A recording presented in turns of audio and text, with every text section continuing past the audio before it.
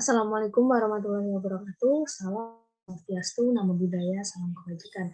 Yang saya hormati Bapak Sukanto selaku dosen pengampu mata kuliah Sistem Informasi Manajemen Pendidikan dan teman-teman yang saya banggakan. Kami dari kelompok 9 akan mempresentasikan hasil kerja kelompok kami mengenai What Matters in an EMIS, Educational Management Information System. Baik, untuk mengefektifkan waktu, kita langsung masuk pada pembahasan materi.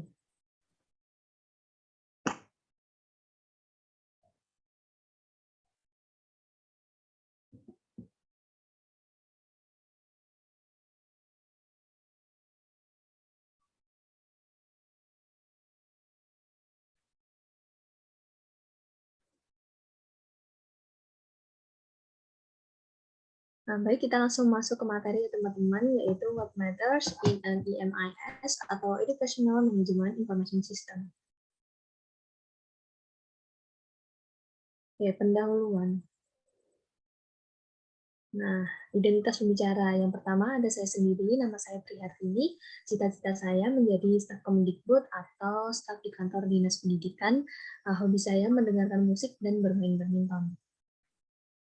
Selanjutnya ada rekan saya, Mbak Popi Asrul Susmitika, cita-citanya menjadi pegawai negeri sipil. Hobinya menonton film dan berolahraga, terutama berenang.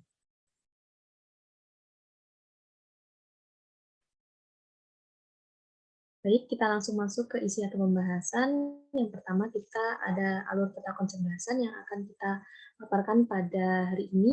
Yang pertama ada definisi, fitur atau fungsi penting dan prinsip EMIS. Yang kedua ada validitas konstruk. Yang ketiga ada area kebijakan SABRE EMIS. Terus ada tantangan pengembangan EMIS dan yang kelima membangun EMIS yang baik dan implementasinya. Baik, selanjutnya kita akan membahas definisi, fitur atau fungsi penting, dan prinsip EMIS yang akan dijelaskan oleh rekan saya, Pak Popi Asrusmitika. Waktu dan layar, silakan. Baik, saya akan menjelaskan tentang definisi EMIS, di mana definisi EMIS ini dapat didefinisikan sebagai sistem untuk pengumpulan, integrasi, pemrosesan, pemeliharaan, penyebaran data dan informasi guna untuk mendukung pengambilan keputusan, analisis dan perumusan kebijakan, perencanaan, pemantauan, dan manajemen di semua tingkat sistem pendidikan. Selanjutnya,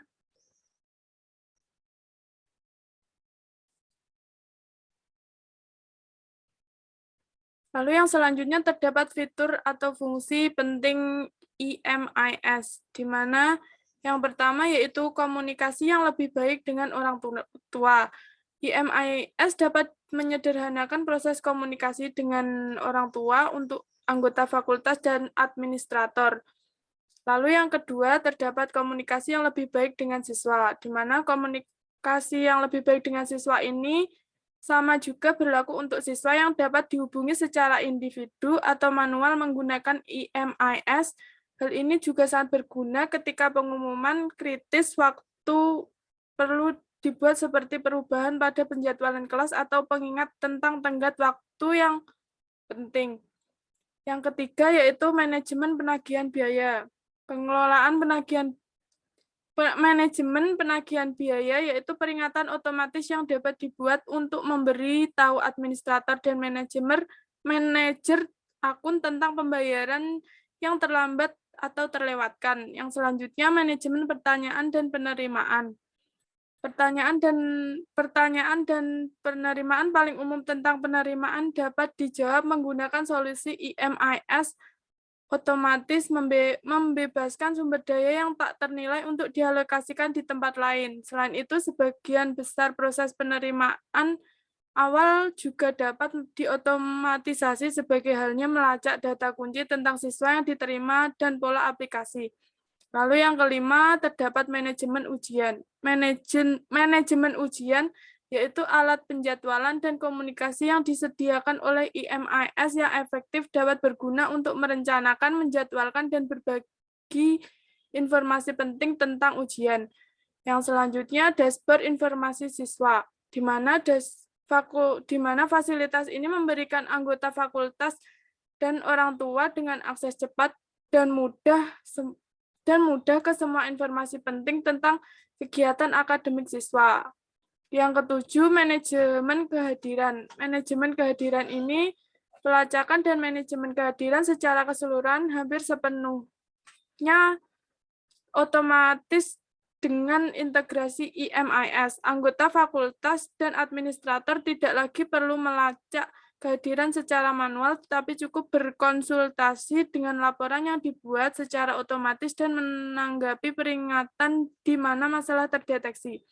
Yang kedelapan, manajemen akomodasi, di mana semua aspek manajemen akomodasi untuk institusi dengan pemahaman di dalam kampus dan dapat disederhanakan dengan IMIS. Ini termasuk pertanyaan dari calon siswa, pengelolaan inventaris yang tersedia, masalah pemeliharaan logging, dan pengumpulan pembayaran. Yang selanjutnya, pusat unduhan terintegrasi. Salah satu fitur yang penting dari IMIS yaitu pusat unduhan terintegrasi menyediakan akses terpusat kepada pelajar dan anggota fakultas ke semua sumber daya dan materi yang mereka butuhkan melalui perangkat terhubung pilihan mereka. Yang selanjutnya, manajemen jadwal. IMIS dapat digunakan sebagai database pusat untuk semua jadwal dan baik yang berkualitas dengan anggota fakultas maupun mahasiswanya. Lalu yang selanjutnya, manajemen penggajian. Manajemen penggajian ini pemilik dan manajer cenderung menganggap fitur manajemen penggajian dari IMIS sangat berharga, yaitu sebuah log komprehensif dari semua informasi penggajian penting dipelihara bersama dengan fungsi tambahan termasuk permintaan cuti dan hak liburan. Yang selanjutnya, rencana pelajaran dan tugas. Anggota fakultas memiliki pilihan untuk berbagi tugas dan rencana pelajaran terlebih dahulu dengan siswa sambil memberikan akses materi yang diperlukan untuk mempersiapkan pelajaran atau tugas yang bersangkutan. Selanjutnya,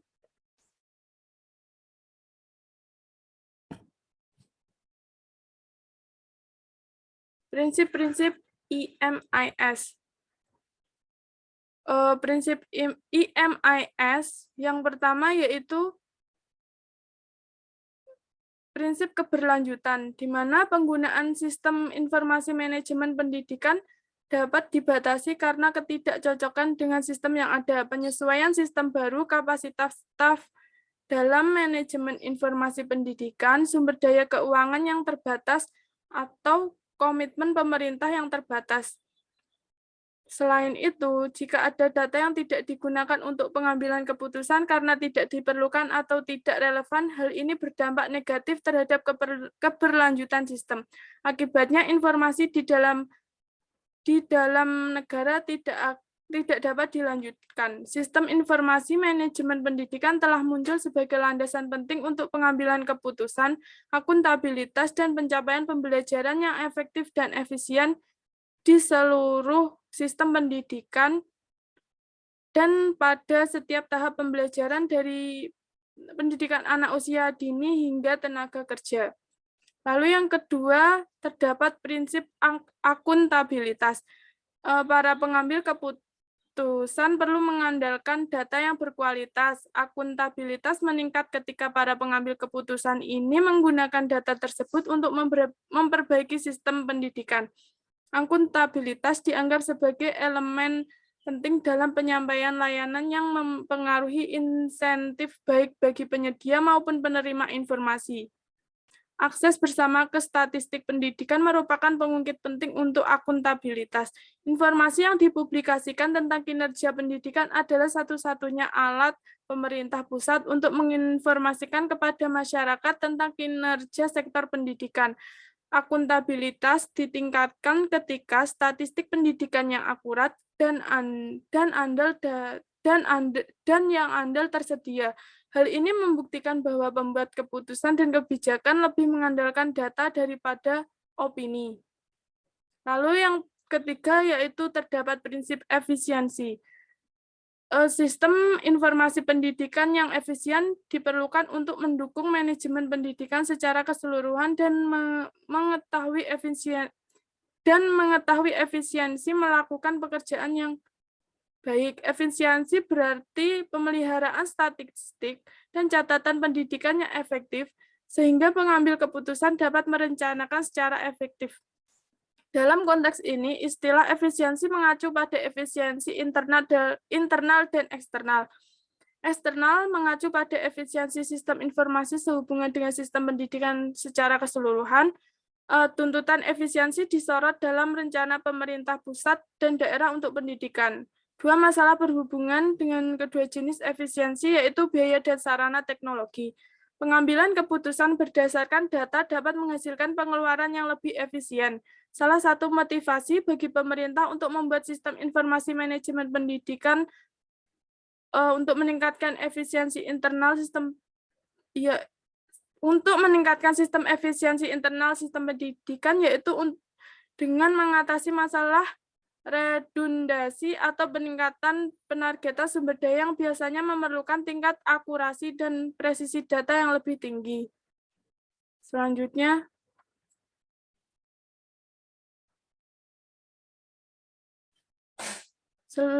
yaitu validitas konstruk.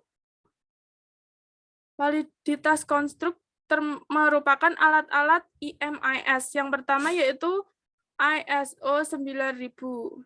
ISO 9000 ini berfokus pada kerangka kerja untuk manajemen kualitas, memberikan panduan cara mengelola kualitas dan melakukan audit internal.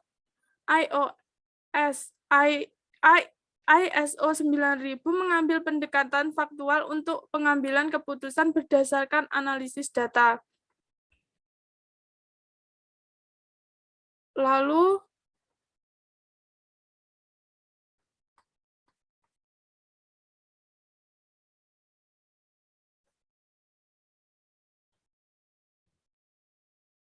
Lalu yang kedua yaitu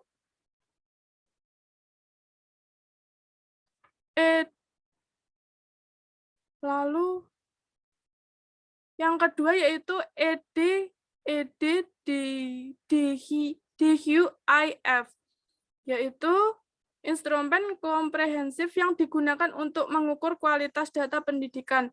EDHUIF adalah alat diagnosis yang fleksibel yang dapat menilai kualitas pada dasarnya semua data pendidikan yang dihasilkan oleh Badan Statistik Pendidikan Pemerintah. Yang ketiga UFA, yaitu evaluasi berfokus pemanfaatan, yang dikembangkan oleh Marcel Platon didasarkan pada premis bahwa evaluasi harus dinilai berdasarkan kegunaan dan penggunaan aktualnya. Oleh karena itu, evaluasi harus dirancang dan dilakukan dengan cara memastikan temuan yang mereka gunakan. Selanjutnya,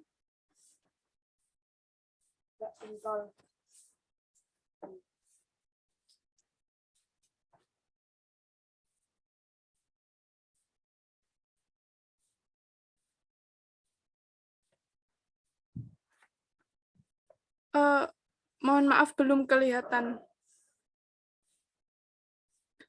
Selanjutnya yaitu area kebijakan System Approach for Better Education Result atau EMIS. Di mana area kebijakan SIBAR, System Approach for Better Education Result, IMIS ini, yang pertama area kebijakan 1 yaitu lingkungan yang mendukung. Lingkungan yang mendukung dianggap sebagai kerangka hukum, struktur organisasi, proses yang ada di lembaga organisasi, sumber daya manusia, kapasitas infrastruktur, dan anggaran sistem. Ini mencangkup undang-undang dan kebijakan seputar sistem informasi manajemen pendidikan. Yang kedua, area kebijakan 2 yaitu tentang kesehatan sistem. Yang ketiga, area kebijakan 3 tentang data yang berkualitas. Lalu area kebijakan 4, pemanfaatan untuk pengambilan keputusan. Selanjutnya,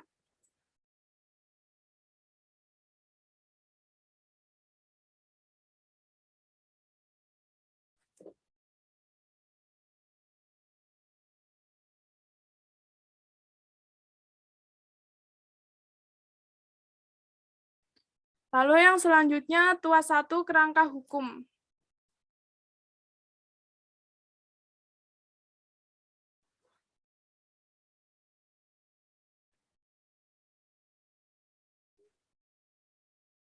Kerangka hukum yang pertama yaitu tentang pelembagaan sistem, di mana dilembagakan sebagai bagian integral dari sistem pendidikan dan dengan perluasan pemerintah. Keberadaan sistem pendidikan mengandaikan perlunya manajemen sistem informasi.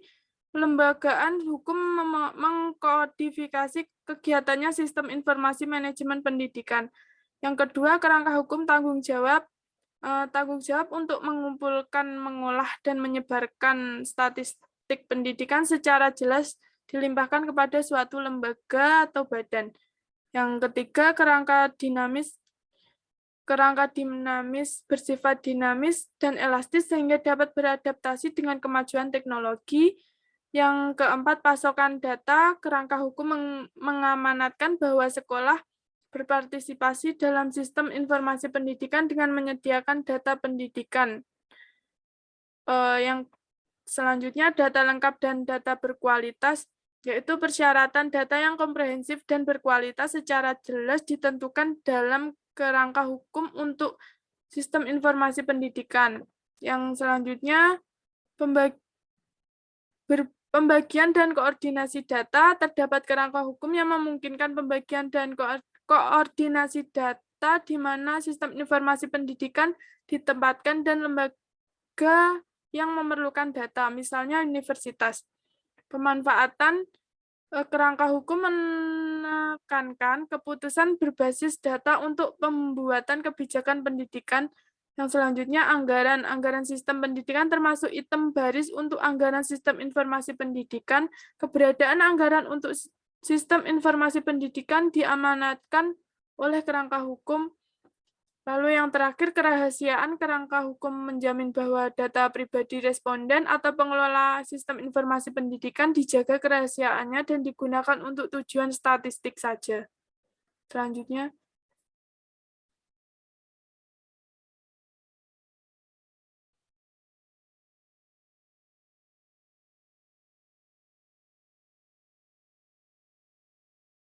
tuas 2, struktur dan proses yang dilembagakan. Struktur organisasi khusus IMIS memungkinkan terjadinya proses yang dilembagakan. Proses ini diperlukan agar informasi mengalir secara efektif sehingga semua lapisan sistem pendidikan yang memiliki informasi yang akurat dan tepat tentang peran dan fungsinya masing-masing. Lalu selanjutnya, tuas 3, sumber daya manusia. Yang pertama, personil. Personil merupakan orang-orang yang memenuhi syarat yang dapat memenuhi tugas inti untuk mengidentifikasi, membangun, mengelola, memelihara, dan menggunakan IMIS. Yang kedua yaitu pengembangan profesional. Merupakan upaya prioritas untuk melatih staf yang bekerja di IMIS. Kegiatan ini dilakukan secara berkesinambungan dan berkala agar up to date dengan perubahan sistem, kebutuhan pengguna, dan teknologi. Selanjutnya,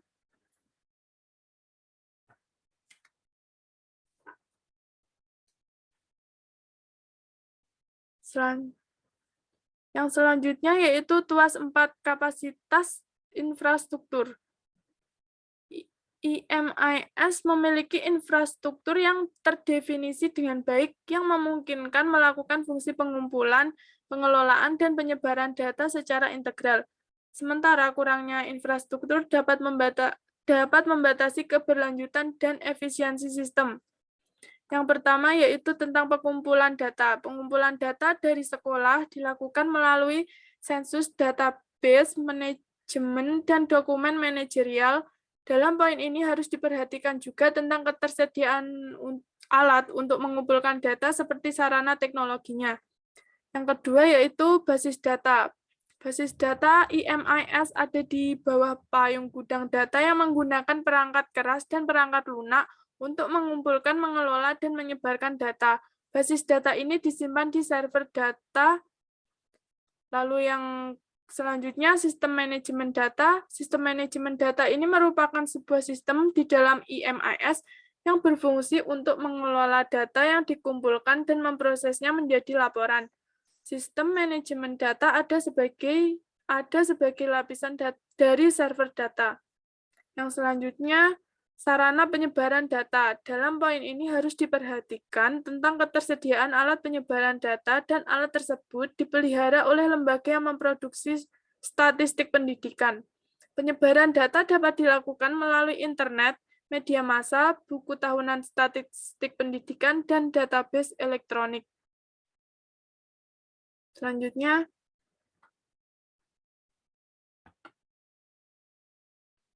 yang selanjutnya yaitu tuas 5 anggaran.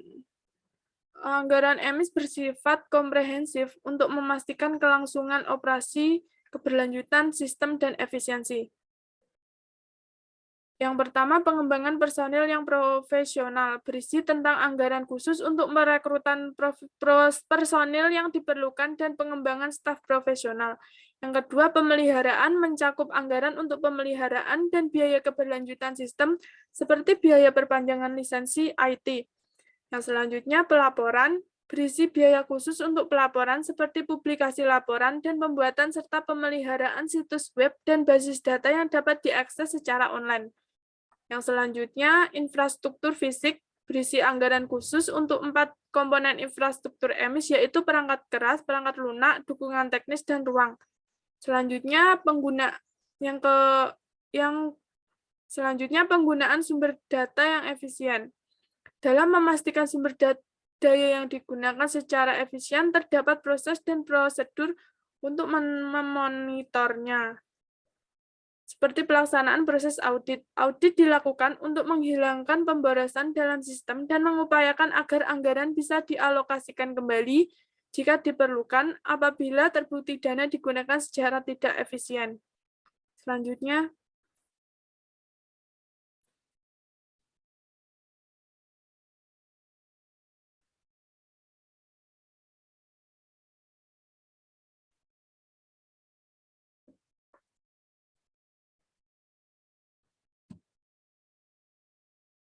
lalu yang selanjutnya ada tuas 6 yang berisi tentang budaya berbasis data.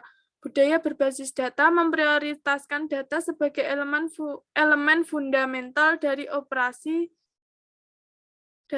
dan pengambilan keputusan baik di dalam maupun di luar sistem pendidikan. Selanjutnya dalam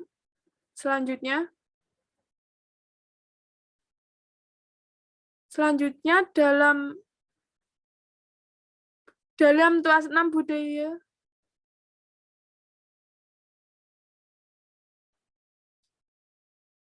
Selanjutnya area kebijakan 2 kesehatan sistem.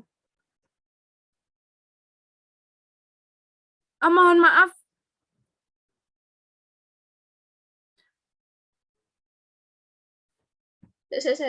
Tak. Lalu yang selanjutnya yaitu tuas 1 arsitektur data. Tuas 1 arsitektur data ini harus didefinisikan dengan baik untuk memastikan fungsionalitas sistem. Selanjutnya,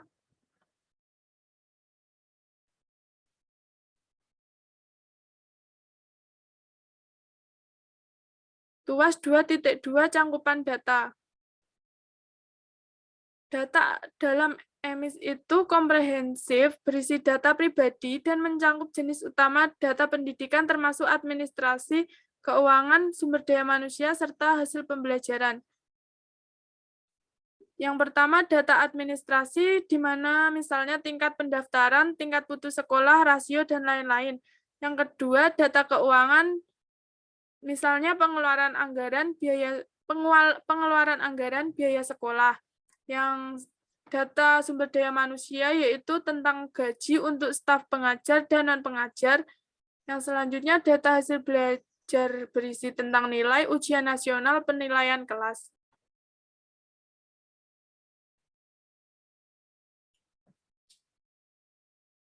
Tuas 3 yaitu analisis data. Analisis data adalah proses intelijen bisnis yang pada akhirnya mengarah kepada sistem pendukung keputusan untuk membantu perencanaan dan penargetan kebijakan. Proses untuk melakukan analisis data mencakup analisis data deskriptif dan eksplorasi, tabulasi data, asosiasi data, korelasi, model prediktif, dan analisis skenario.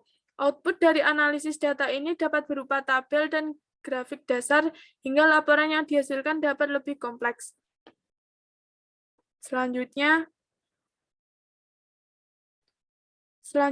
terdapat tuas 4 yaitu sistem dinamis di mana IMIS bersifat elastis dan mudah beradaptasi untuk memungkinkan adanya perubahan dan atau kemajuan dalam kebutuhan data.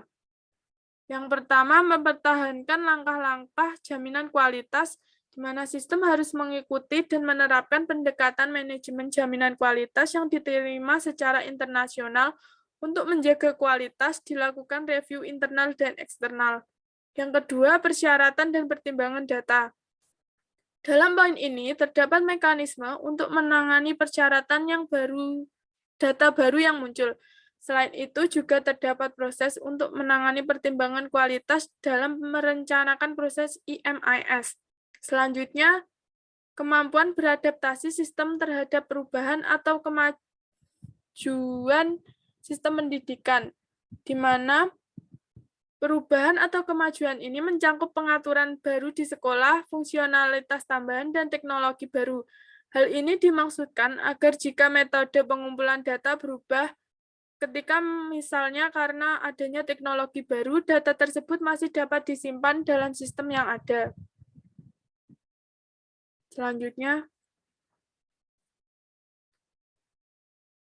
Selanjutnya yaitu tuas 5, kemampuan melayani. IMIS melayani klien dengan memastikan relevansi, konsistensi, kegunaan, dan ketepatan waktu statistiknya. Yang pertama, yaitu tentang validitas di seluruh sumber data. Informasi yang dikumpulkan dari data yang berbeda dan atau sumber statistik dalam pasokan data IMIS ditempatkan dalam gudang data menggunakan ukuran struktural dan konsistensi sehingga terjamin validitasnya. Lalu yang kedua, yaitu integrasi database non-pendidikan ke dalam IMIS. Database non-pendidikan yang dimaksud dapat berupa data yang dikumpulkan oleh lembaga di luar IMIS dan data yang dikumpulkan melalui sarana non-teknologi. Yang ketiga yaitu mengarsipkan data. Mengarsipkan data yang diarsipkan termasuk data sumber, metadata, dan hasil statistik, sedangkan basis data diarsipkan di servis komputer. Yang keempat yaitu layanan yang diberikan kepada klien. Layanan yang diberikan kepada klien IMIS seperti memastikan relevansi, konsistensi, kegunaan, dan ketepatan waktu statistik.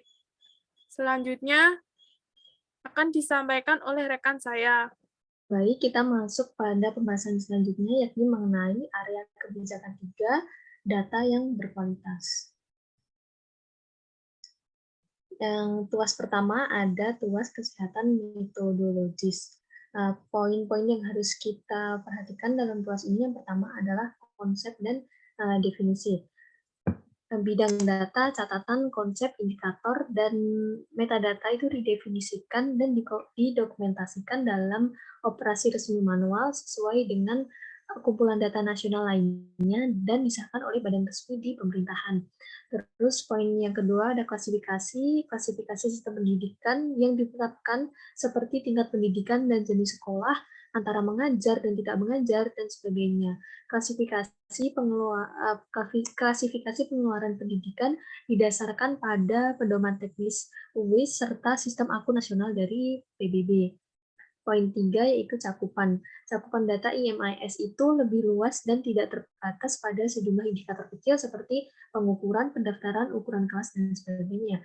Poin yang keempat yaitu data untuk merekam. Misalnya data usia siswa yang dicatat menurut periode referensi dan atau tanggal tertentu. Data lulusan yang dicatat menurut tahun akademik di mana mereka pertama kali mendaftar dan data-data yang lain. Nah, selanjutnya tuas yang kedua dalam area kebijakan 3 ini adalah tuas akurasi dan keandalan. Poin yang harus kita perhatikan yang pertama sumber data. Jadi sumber data yang tersedia itu memberikan dasar yang memadai untuk menyusun statistik. Sumber data itu dikumpulkan melalui sensus sekolah, di mana dalam sensus tersebut dilakukan pengumpulan informasi aktual tentang semua siswa, semua guru, semua sekolah, dan semua pengeluaran pendidikan. Poin yang kedua yaitu validitas data sumber. Data sumber itu secara teratur dinilai dan divalidasi dalam hal akurasinya.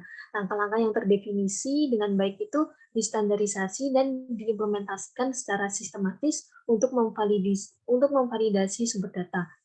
Poin yang ketiga yaitu teknik statistik, prosedur statistik, misalnya metode imputasi, teknik estimasi, itu digunakan untuk menghitung tingkat keakuratan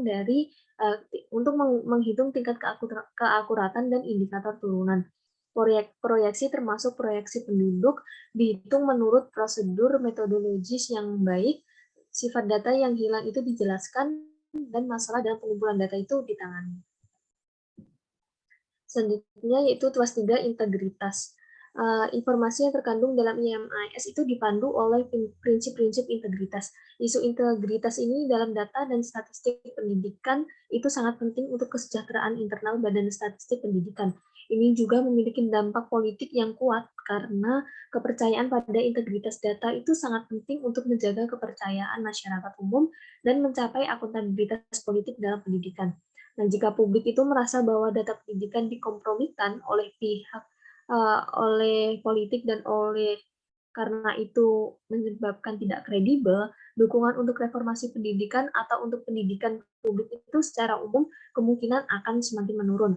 Selain itu, mendapatkan kembali kepercayaan publik mungkin membutuhkan waktu bertahun-tahun, sehingga menyulitkan badan yang bertanggung jawab atas statistik pendidikan untuk mendapatkan sumber daya yang dibutuhkan untuk melakukan tugasnya dengan baik. Poin yang harus kita pahami yaitu profesionalisme. Ini mengacu pada kemampuan staf untuk menggunakan keahlian teknis mereka, terus ada transparansi, kebijakan dan praktik statistik bersifat transparan, terus standar etika, penerapan standar etika oleh lembaga yang bertanggung jawab atas statistik pendidikan menyiratkan bahwa lembaga tersebut mengikuti standar perilaku yang baik dan standar tersebut didefinisikan dengan baik dan jelas bagi stafnya dan masyarakat umum. Selanjutnya yaitu ada tuas keempat, periodisitas dan ketepatan waktu. Poin yang harus kita mengerti yang pertama periodisitas.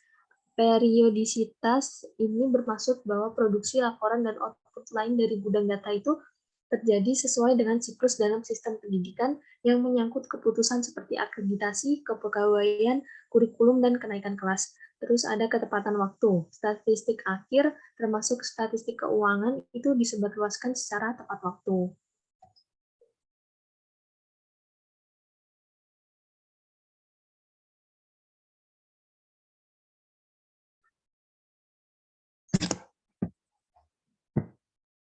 Nah, kita masuk ke area kebijakan 4, yaitu pemanfaatan untuk pengambilan keputusan.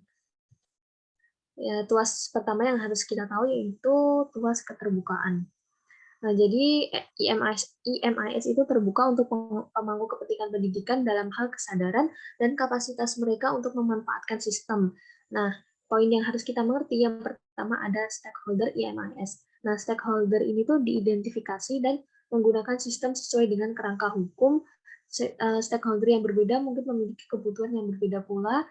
Terus yang kedua ada kesadaran pengguna. Ini tuh pengguna IMIS saat ini dan calon pengguna mengetahui IMIS dan output-nya. Telah terjadi pergeseran IMIS dari kontrol data menjadi berbagi data yang sebenarnya justru meningkatkan kesadaran.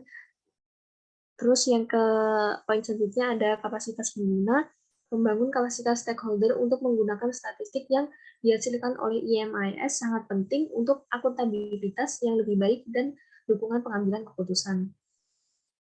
Tuas selanjutnya yaitu penggunaan operasional.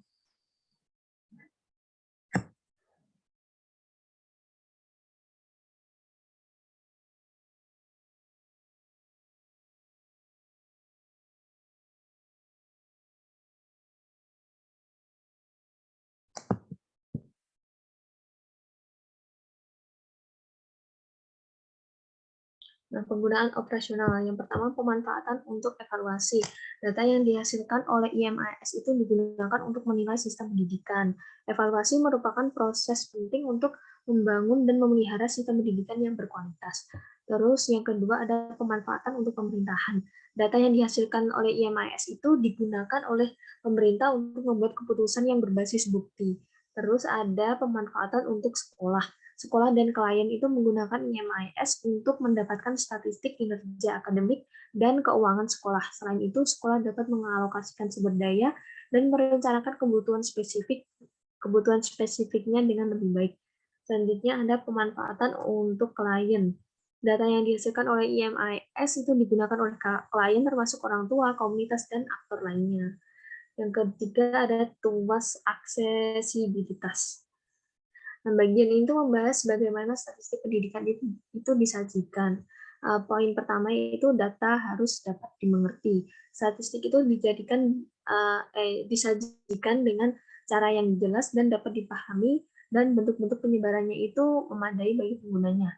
Terus penyebaran data yang luas. Statistik pendidikan disebarluaskan di luar Kementerian Pendidikan atau Badan Penghasil Statistik Pendidikan kepada stakeholder dari IMIS lainnya. Statistik ini dirilis pada jadwal yang telah diumumkan sebelumnya, dan statistik yang tidak disebarluaskan secara rutin itu tersedia berdasarkan permintaan saja. Terus poin ketiga yaitu platform untuk pemanfaatan. Platform berstandar harus ada di seluruh IMIS, namun tetap dapat disesuaikan dengan kebutuhan penggunanya. IMIS perlu menjangkau pengguna tingkat lokal dengan menyediakan informasi yang melayani orang tua dan sekolah. Yang keempat yaitu tuas efektivitas dalam menyebarluaskan temuan atau hasil. Strategi penyebaran. Strategi penyebaran pemerintah pusat itu memiliki strategi penyebaran informasi. Strategi ini meningkatkan kesadaran pengguna akan analisis dan interpretasi data IMIS dan akibatnya. Pemanfaatan IMIS oleh lebih banyak pemangku kepentingan. Suplai data yang lebih baik tidak cukup untuk menjamin penggunaan data yang berarti. Strategi ini mencakup penyebaran materi, misalnya selebaran, ada buletin, terus ada dokumen internet, dan sebagainya. Ini tuh untuk menginformasikan kepada publik tentang operasi dan tujuan dari IMIS. Terus ada efektivitas penyebaran. Nah, stakeholder harus dapat mengkomunikasikan temuan data yang dihasilkan oleh IMIS. Efektivitas upaya diseminasi dapat diukur dengan apakah pengguna IMIS telah memberikan feedback terkait data dan apakah feedback ini itu digunakan atau tidak.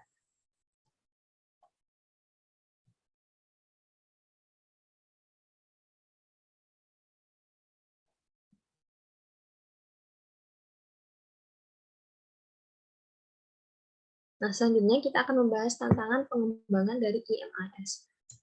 Ada 9 tantangan dari pengembangan IMIS. Yang pertama yaitu kurangnya komitmen politik. Keterbatasan utama berkaitan dengan kurangnya kesadaran akan kebutuhan untuk membangun sistem IMIS yang efektif yang berfokus pada semua aspek pengumpulan dan penyebaran data yang andal dan berkualitas untuk memenuhi persyaratan tata kelola yang baik dan memenuhi kebutuhan pemanfaatan semua target dan indikator atau SDGs. Yang kedua, personil yang berkualitas itu minim. Memperkerjakan staf profesional yang sangat kompeten untuk bekerja dengan IMIS dapat menjadi masalah karena aturan layanan pemerintah. Memutuskan skala gaji yang tinggi untuk menarik para profesional yang kompeten itu tidak serta-merta menghasilkan personil dengan kompetensi seperti yang kita harapkan. Jabatan senior itu terlalu sering diisi berdasarkan skema senioritas, bukan pada kompetensi.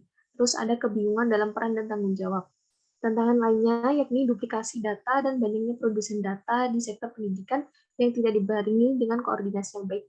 Di banyak negara ada ketidakjelasan dalam pengumpulan, pemrosesan, penyebaran, dan pembagian data di antara produsen yang berbeda. Terus ada cakupan data yang terbatas. Pendidikan dasar adalah satu-satunya jenjang di mana hampir semua negara Asia Pasifik memiliki sistem yang layak untuk mengumpulkan data melalui IMIS. Di banyak negara, pendidikan tinggi, pendidikan non formal, pendidikan anak usia dini bukan bagian dari IMIS.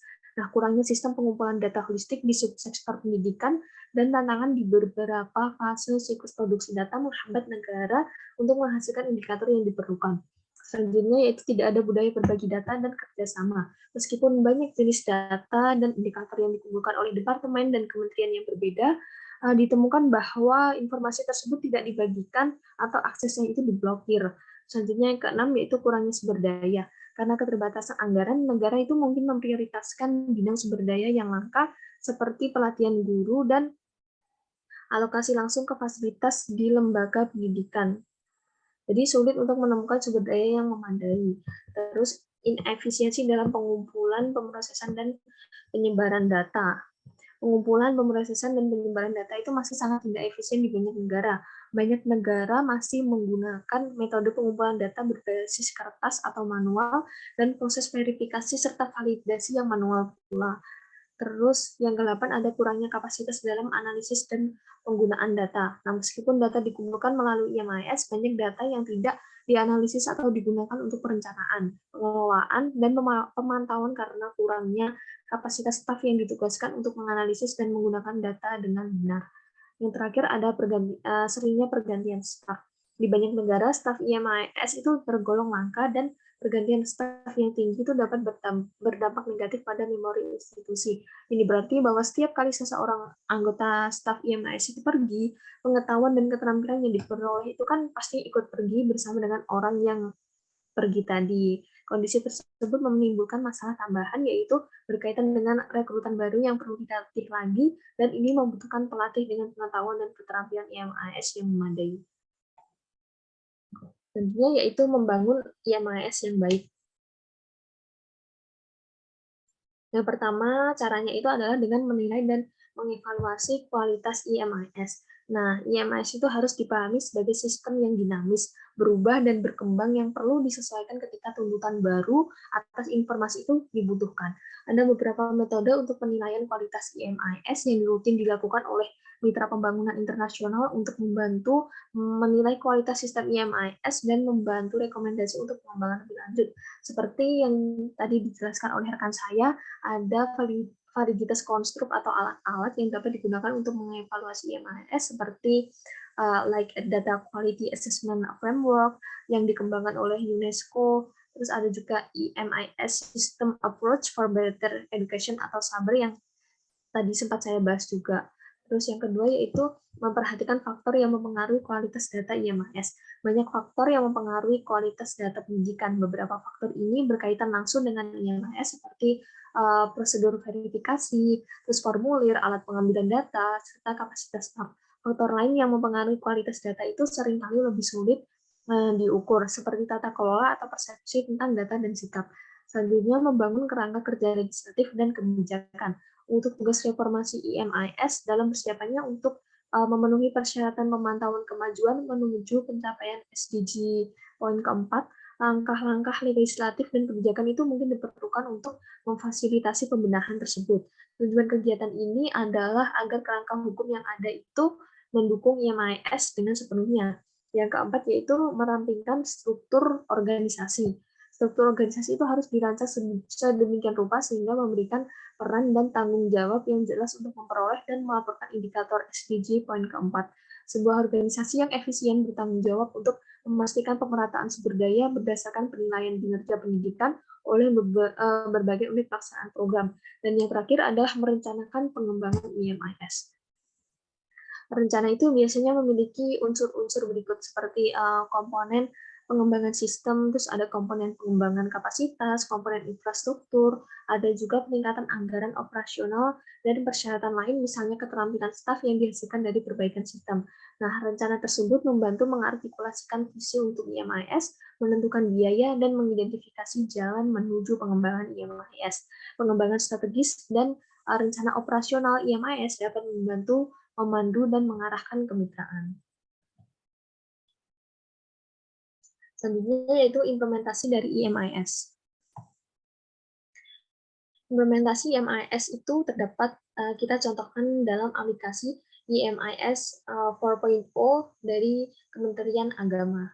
Nah, di sini saya akan menunjukkan, nah, ini adalah webnya imis.kemenak.go.id. Ini merupakan gerbang data pendidikan Kementerian Agama. Nah, ini IMAS merupakan suatu sistem pendataan pendidikan yang dikelola oleh Kementerian Agama. Saat ini tengah melakukan revitalisasi dan pengembangan untuk menghadirkan sistem yang lebih baik dan lebih handal dengan didukung oleh teknologi yang lebih mutakhir serta beberapa terobosan baru. Nah, pada 25 Februari tahun lalu, IMAS yang baru merilis fungsi terkait dengan data lembaga madrasah dengan tujuan untuk melakukan tinjauan dan revisi data lembaga. IMAS telah menghadirkan branding yang baru serta akan terintegrasi dengan aplikasi-aplikasi lain, diantaranya ada IRKAM, Simpatika, BOS, Aksi, dan Siaga. Nah, ini tampilan dari website IMAS dari Kemenak.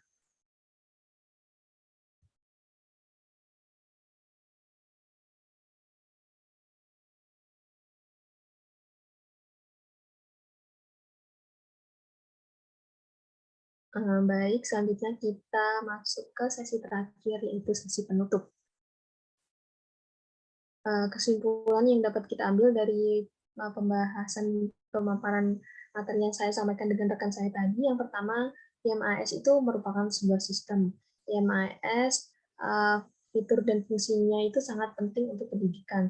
Dan kualitas IMAS itu dapat diukur melalui beberapa alat, seperti tadi ada Saber, terus ada EdCav, dan sebagainya. IMAS memiliki 4 area kebijakan dengan tuas-tuas yang sangat penting.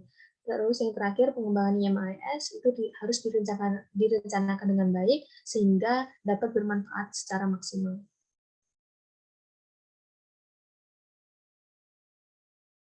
Ini ada satu quote dari kami, yaitu "Things end but memories last forever". Jadi mungkin presentasi ini berakhir, tapi semoga memori dan pemaparan materi yang telah kami sampaikan berdua akan tinggal selamanya di pikiran kita, di otak kita masing-masing. Oke.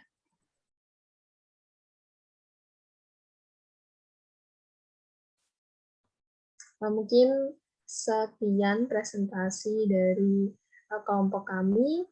Kurang lebihnya kami mohon maaf karena yang sempurna hanya milik Allah dan kesalahan dari kita. Sekian presentasi dari kami. Wassalamualaikum Wassalamualaikum warahmatullahi wabarakatuh. wabarakatuh.